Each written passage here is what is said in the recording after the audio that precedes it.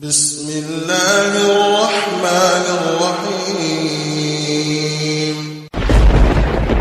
Allah dit tabarak wa ta'ala inna balawnahum kama balawna ashab al-jannati iz aqsamu la yasrimunha musbihin wa la yastathnun فطاف عليها طائف من ربك وهم نائمون فأصبحت كالصريم فتنادوا مصبحين أن اغدوا على حرثكم إن كنتم صارمين فانطلقوا وهم يتخافتون ألا يدخلنها اليوم عليكم مسكين وغدوا على حرد قادرين فلما رأوها قالوا إنا لضالون بل نحن محرومون قال أوسطهم ألم أقل لكم لولا تسبحون قالوا سبحان ربنا إنا كنا ظالمين فأقبل بعضهم على بعض يتلاومون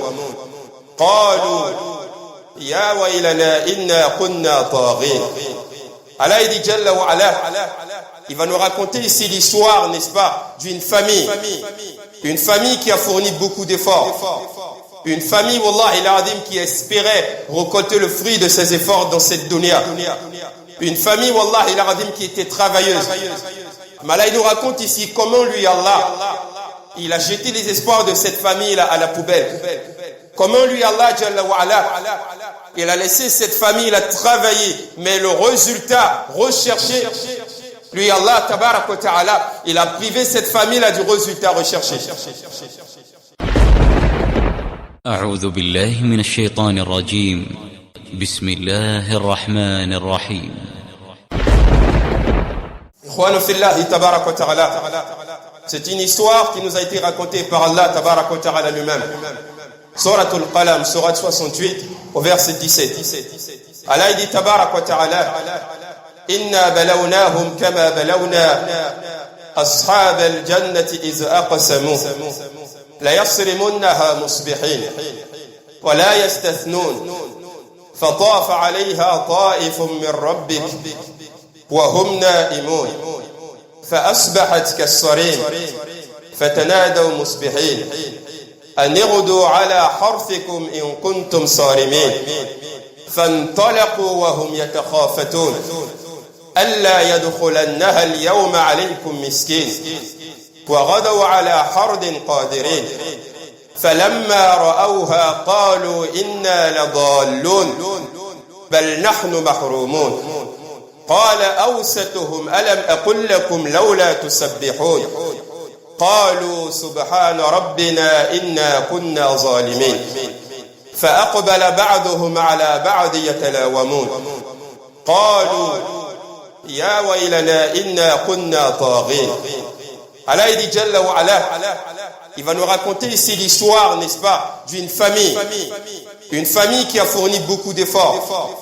Une famille, Wallah il-Azim, qui espérait récolter le fruit de ses efforts dans cette dunya.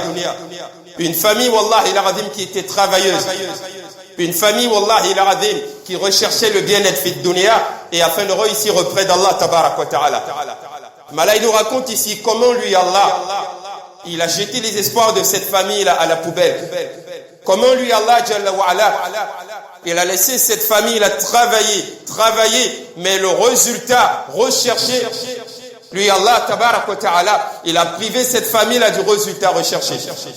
Allah dit Jalla wa Ala inna balawnahum kama balawna ashab al-jannati idh aqsamu la yasrimunha musbihin wa la yastathnun فطاف عليها طائف من ربك وهم نائمون فأصبحت كالصريم فتنادوا مصبحين. Allah dit Jalla wa Ala, il dit c'est l'histoire d'une famille. Une famille qui avait un père qui avait compris, Wallah il-Azim, la clé de la réussite et la notion de la réussite. Et celui-là, il s'appuyait sur cette connaissance qu'il avait du meilleur moyen de réussir dans ce bas monde afin de parvenir à subvenir aux besoins de sa famille.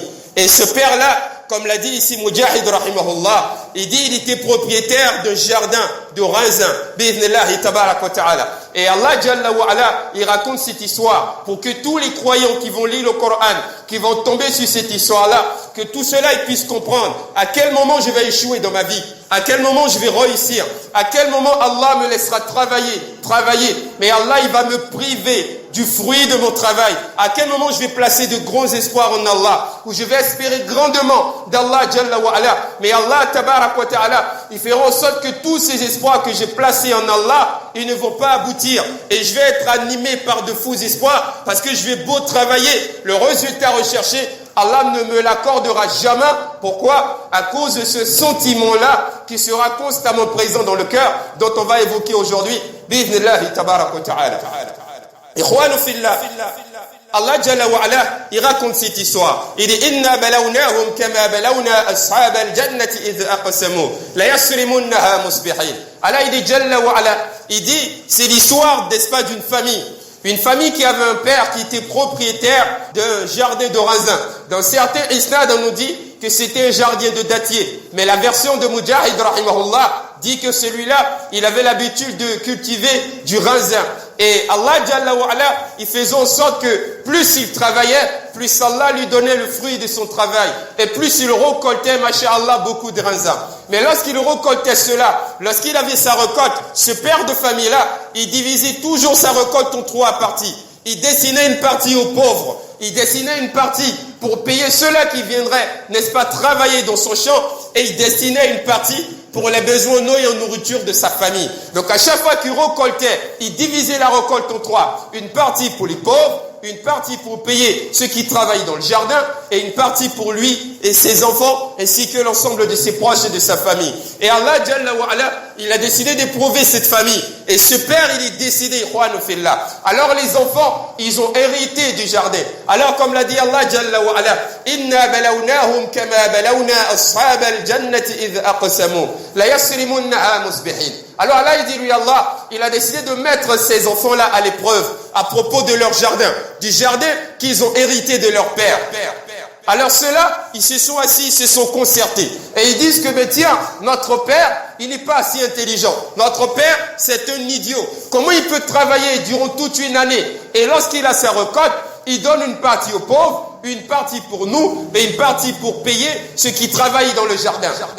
Les enfants, ils disent que notre père, il n'était pas si intelligent. C'était un idiot. Nous, à partir d'aujourd'hui, on ne va plus diviser notre récolte en 3, mais on va seulement la diviser en 2. Une partie pour payer ceux qui viendront travailler dans notre jardin et une partie pour nous-mêmes. Mais la partie que notre père donnait aux pauvres, nous, on n'a pas besoin de cela. Parce que les pauvres ne nous ont pas aidés. Le jour où on labourait notre champ, les pauvres n'étaient pas avec nous. Le jour où on était sous le soleil, et on ne se sent pas dans l'obligation d'offrir une partie de notre récolte aux pauvres. Allahu Akbar.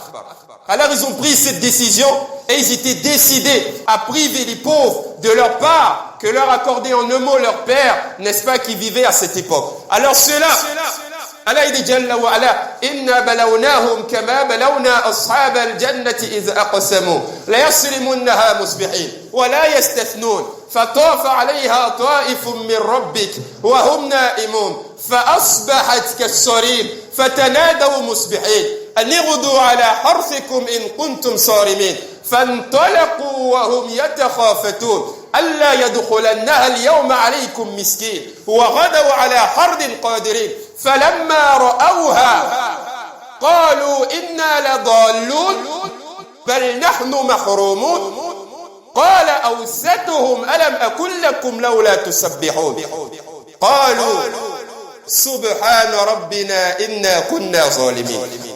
Alors Allah il dit Jalla wa Ala, il dit ceux-là ils étaient décidés à priver les pauvres de cette récolte. Mes frères en Allah. Alors qu'est-ce qu'ils ont dit? Allah il dit Jalla wa Ala, ils ont décidé d'aller récolter leurs champs très tôt le matin. De cette manière-là, lorsqu'ils vont partir récolter, il n'y aura pas les pauvres qui seront là pour attendre qu'ils leur donnent du raisin. Alors ils se sont levés tôt, mes frères en Allah, pour faire la récolte. Et ils étaient animés par ce sentiment de priver les pauvres de la part que leur père leur accordait. Allahu Akbar. Alors là, il dit Jalla wa Ala, wa hum na'imun, fa asbahat kas-sarim, fatanadaw musbihin. Alors il dit Jalla wa Ala, il dit ceux-là, ils étaient décidés à récolter, à avoir le fruit de leur travail. Allah il dit, mais ceux-là, ils ont oublié. Voilà, que rien ne peut aboutir dans cette dunya qu'avec la permission d'Allah. Allah dit, ceux-là, ils étaient décidés à le récolter. Voilà, ils ont oublié de dire, on ne va récolter que si Allah le veut. Ils ont oublié que peu importe les efforts qu'ils vont fournir durant leur vie, ils ne vont récolter le fruit de leur travail que si Allah il veut. Allahu Akbar. Alors ils étaient déterminés. Allah il dit lui, Allah tabarak wa ta'ala, il a fait abattre sur eux un châtiment.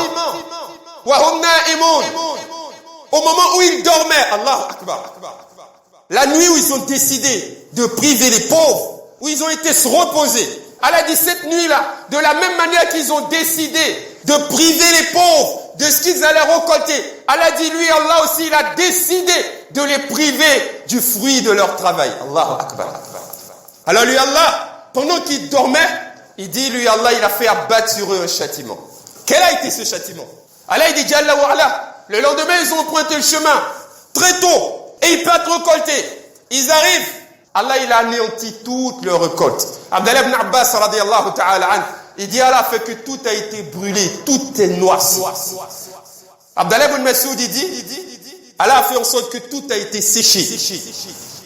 Rien n'était utile. Allah, il a tout détruit. Allah, il a tout détruit.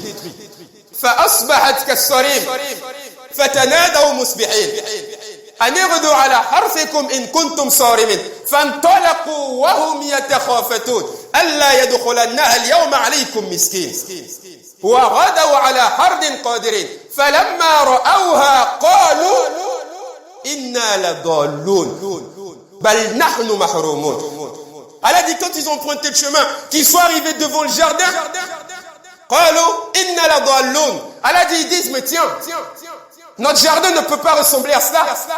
Hier, tous les fruits étaient là, tout était là. Et aujourd'hui, tout est devenu noir. Il dit, soit on s'est trompé de chemin et on est arrivé dans un autre jardin, ou bien il y a une personne qui a décidé de nous frustrer aujourd'hui. Allahu Akbar. Allah dit, lui, Allah, il a anéanti leur récolte. Il a détruit cela. Allahu Akbar. Alors à ce moment-là, Allah dit le plus intelligent parmi eux, il s'est souvenu. Il dit, je vous avais dit qu'on devait glorifier Allah au préalable. Je vous avais dit qu'on devait remercier Allah. Mais malheureusement, on a été animé par de faux sentiments, par la méchanceté pour les faibles. Alors Allah, il nous a anéantis. Allah, juste après, il dit, كذلك العذاب كذلك العذاب وَلَعْذَابُ الْآخِرَةِ أَكْبَرُ لَوْ كَانُوا يَعْلَمُونَ. Allah dit, voilà le châtiment d'Allah. Voilà ce pourquoi Allah il châtie l'homme. كَذَلِكَ الْعَذَابُ. Voilà le châtiment d'Allah.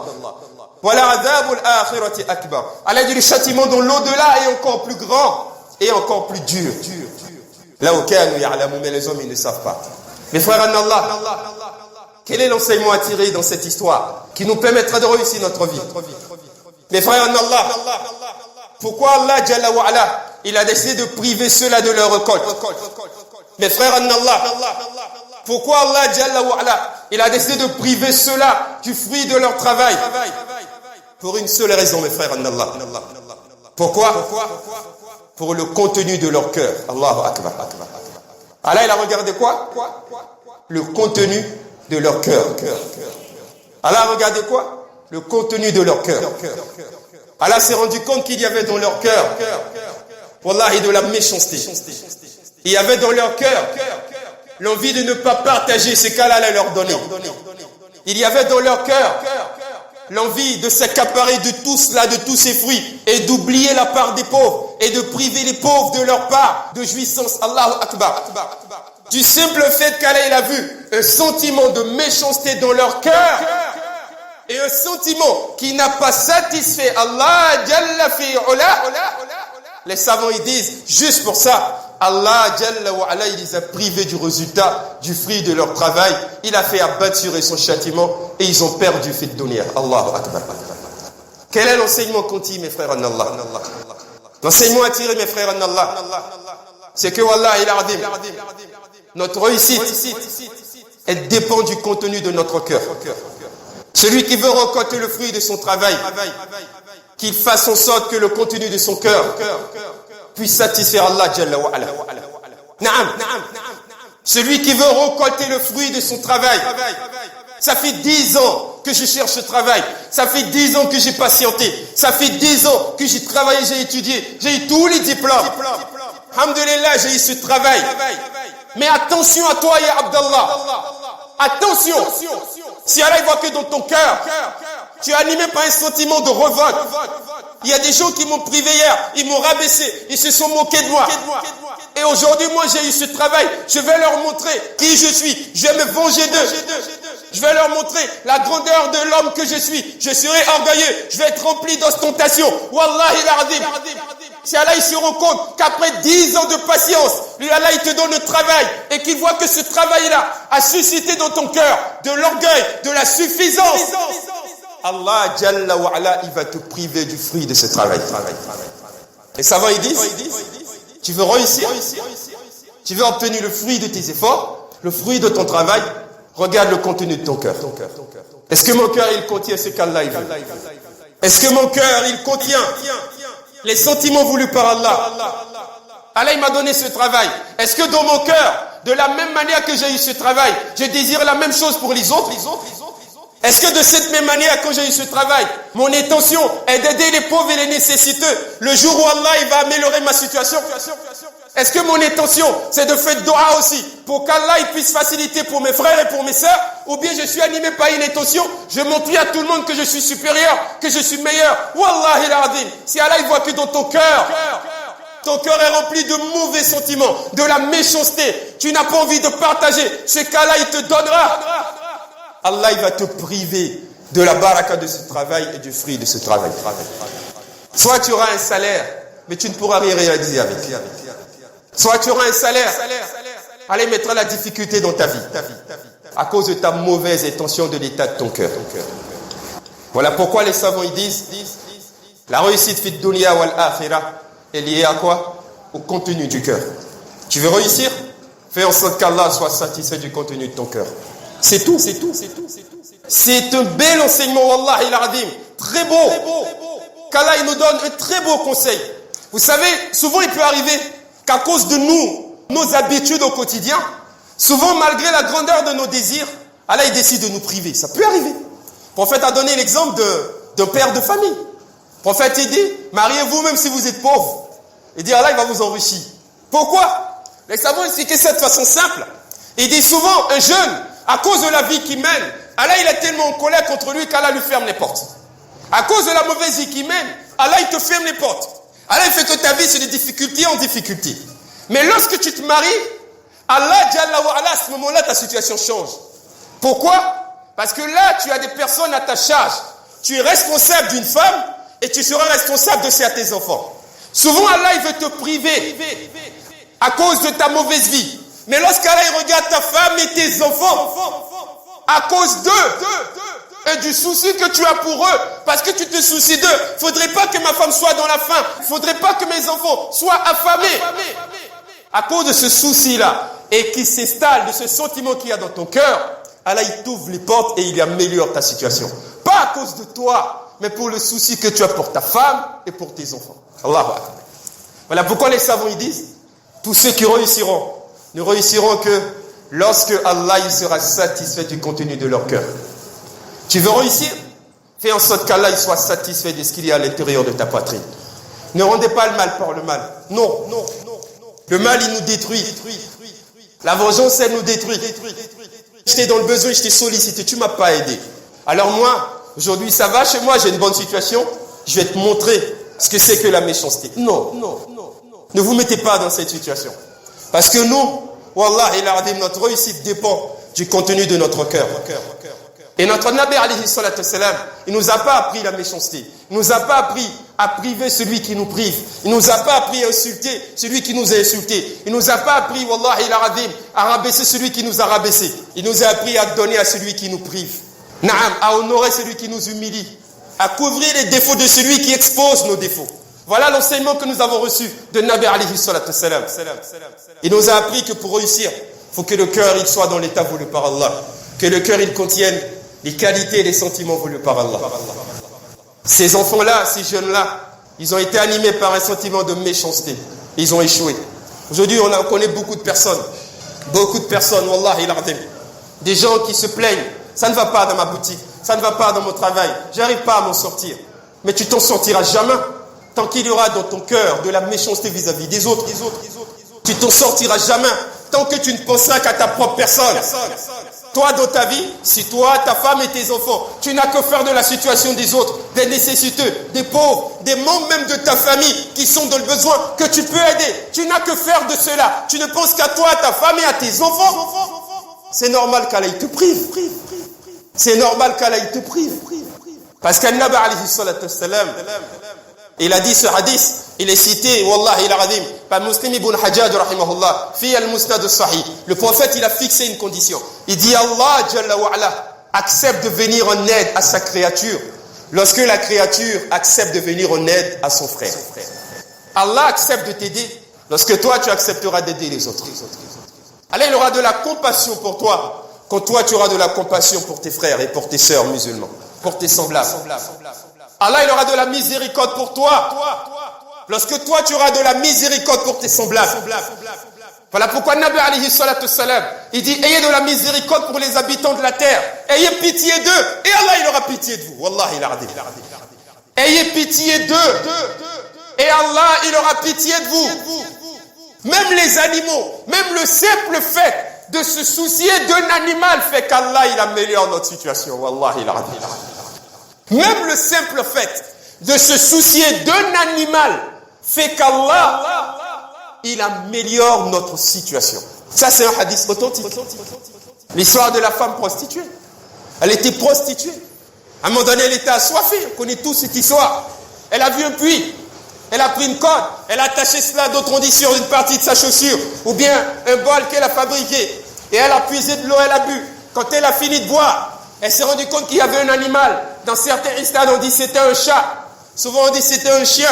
Elle a vu que l'animal il était assoiffé. Elle a donné à boire à l'animal, juste parce qu'elle a eu dans le cœur de la pitié pour un animal. Allah a eu tellement pitié d'elle que le prophète il dit, Allah lui a effacé tous ses péchés du fait qu'elle était prostituée et Allah l'a introduit au paradis. Elle a eu pitié d'un animal.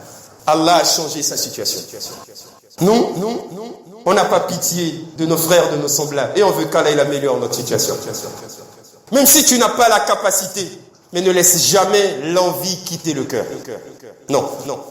Peut-être que je n'ai pas les moyens de t'aider, mais Allah il sait que j'ai envie. Et cette envie que tu as fera qu'Allah il va améliorer ta situation. Parce qu'Allah il voit dans ton cœur du souci pour ses créatures, du souci pour tes semblables. Voilà pourquoi mes frères en Allah, la réussite fi dunya wal akhirah dépend du contenu de notre cœur. Faites en sorte qu'Allah il soit satisfait du contenu de votre cœur. Personne ne sait ce que le cœur contient si ce n'est qu'Allah. Voilà pourquoi ne rendez pas le mal par le mal. N'humiliez pas ceux qui vous ont humilié. Mais wallahi, faites en sorte que vos cœurs contiennent les meilleurs des sentiments. Et wallah, vous réussirez. Wallahi, al-adil, vous réussirez. Ne laissez pas les situations de la dunya faire installer dans votre cœur de la haine vis-à-vis de vos semblables. Ne laissez pas la méchanceté des gens installer la méchanceté dans votre cœur. Ne laissez pas les justices des gens faire de vous des personnes injustes. Parce que la réussite, votre réussite dans cette dunya dépend du contenu de votre cœur. Prenez soin de ce cœur qu'Allah vous a accordé. Prenez soin de ce cœur. Parce qu'Allah il dit non seulement ta réussite dans ce bas monde dépend du contenu de ton cœur. Tu veux avoir la baraka dans ton travail. Tu veux qu'Allah fructifie ton commerce. Tu veux qu'Allah t'élève en degré. Wallah, il fait en sorte que le contenu de ton cœur puisse satisfaire Allah. Ne sois pas orgueilleux à cause de ce travail. Ne sois pas rempli d'ostentation à cause de ce travail. Ne rabaisse pas tout le monde à cause de ce titre. Non. N'oublie pas les gens. N'insulte pas tout le monde. Ne pense pas, subhanallah, que tu es au-dessus de tout le monde. Non. Fais en sorte que ton cœur contienne l'humilité, la générosité. Wallah, et le souci pour tes frères. Fais en sorte que ton cœur contienne les sentiments voulus par Allah et tu réussiras. Voilà pourquoi quand on a dit Allah fi surat at-Tariq, yawma tubula as-sara'ir. فما له من قوة ولا ناصر. Regardez ce qu'Allah dit. Yawma tubula as-sara'ir. Allah dit le jour de la résurrection. Allah dit Yawma tubula as-sara'ir. Allah dit c'est le jour où chaque homme va dévoiler le contenu de sa poitrine. Allah dit ce jour-là, est-ce que tu réussiras? Cela va dépendre du contenu de ta poitrine. Est-ce que ton cœur contenait l'amour d'Allah? Est-ce que ton cœur craignait Allah? Est-ce que ton cœur fuyait le haram? Est-ce que ton cœur détestait le haram? Est-ce que ton cœur, Wallah, il a dit, a valorisé la sunna, a valorisé le Coran? Est-ce que ton cœur a valorisé les ordres d'Allah? Yawma tubula sarair. Allah il dira, ouvrez son cœur, je vais voir le contenu de son cœur avant de lui donner ce qui lui est destiné ou de lui donner ce qu'il mérite aujourd'hui. Fama lahu min quwwati wala nasir. Allah dit, en fonction du contenu de ton cœur, Allah dit, personne n'aura de la force pour t'aider ou pour te secourir. Ça veut dire quoi? Allahu Akbar. Fama lahu min quwwati wala nasir.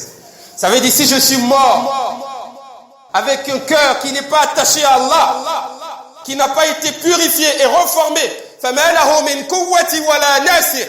Allah dit, personne ne pourra me préserver des conséquences du contenu de mon cœur le jour de la résurrection. Personne. Je suis mort avec la perversité dans le cœur. Allah dit, aucune force, personne ne pourra me secourir. Je vais goûter à ces conséquences. Les savants donc ils tirent un enseignement important ici. Ils disent qu'en réalité, chacun va subir les conséquences du contenu de son cœur. Et personne ne pourra empêcher ces conséquences-là de t'atteindre. Chacun va le subir, fi dunya wal akhirah. Si ton cœur il est animé par la méchanceté, tu vas goûter au châtiment qu'Allah il a réservé à ceux-là qui vivent dans la méchanceté. Même si tous les imams font doha pour toi, tant que ton cœur contient cette méchanceté, tu vas subir les conséquences de la méchanceté. C'est comme ça. Ton cœur, il est animé par l'orgueil, tu es orgueilleux. Même si tous les imams se réunissent pour faire doha pour toi, tant que ton cœur contient ce sentiment, tu vas goûter aux conséquences de ce sentiment-là. Point barre. C'est comme ça. Personne ne peut nous préserver du résultat, du contenu de notre cœur. Si le cœur, il contient ce qu'Allah veut, personne ne peut nous empêcher d'atteindre la baraka d'Allah. Et si le cœur ne contient pas ce qu'Allah veut, personne ne pourra nous préserver du châtiment d'Allah ou de la colère d'Allah. Personne. Voilà pourquoi mes frères en Allah, ne laissez pas les situations de la dunya changer l'état de votre cœur. Comme l'a dit Allah, on n'a qu'un seul cœur. Ce cœur-là, il détermine notre réussite fi dunya wal akhirah. Voilà pourquoi tout ce qui nous a été prescrit pour ce cœur-là. Tout ce qui nous a été prescrit, c'est pour le cœur. Le tawhid, c'est pour le cœur. La salat, c'est pour le cœur. Le jeûne, c'est pour le cœur. Wallah, et la zakat, c'est pour le cœur. Tout ce qui nous a été prescrit, le pèlerinage, le hajj, tout ça c'est pour le cœur. Pour que le cœur il contienne les valeurs et les qualités voulues par Allah. Pour qu'à travers ce que le cœur il contient, Allah il nous fasse réussir fait donner wal akhirah. Voilà pourquoi Allah nous raconte cette histoire-là. Pour que chacun y médite et y tire ses enseignements. Il y avait avant moi des gens qui ont travaillé plus que moi, qui espéraient récolter le fruit de leur travail. Mais à cause de ce que leur cœur ont contenu, Allah les a châtiés, Allah les a privés du résultat de leur travail. Si moi je travaille, j'étudie, je fournis tous les efforts, mais que mon cœur il contient, Wallah, il a des sentiments de méchanceté, d'orgueil, d'ostentation. Si Allah voit que ces sentiments-là sont installés dans mon cœur, peu importe les efforts que j'ai fournis dans la dunya, Allah, il va me priver du fruit de mon travail. C'est comme ça.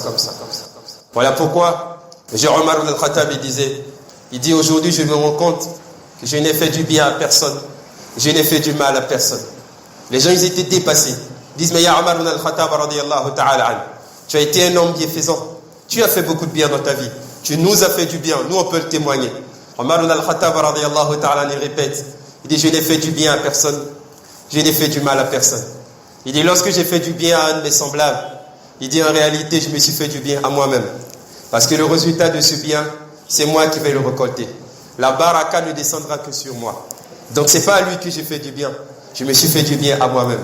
Il dit, mais lorsque j'ai fait du mal à l'un de mes frères, et que j'étais animé par un mauvais sentiment vis-à-vis de lui, il dit, lorsqu'il y avait dans mon cœur, n'est-ce pas, du mal vis-à-vis de mes frères, il dit, c'est pas à eux que j'ai fait du mal. Je me suis fait du mal à moi-même. Parce que ce sentiment dans le cœur ne m'a pas rapproché d'Allah. Il m'a éloigné d'Allah. Tabaraka wa ta'ala.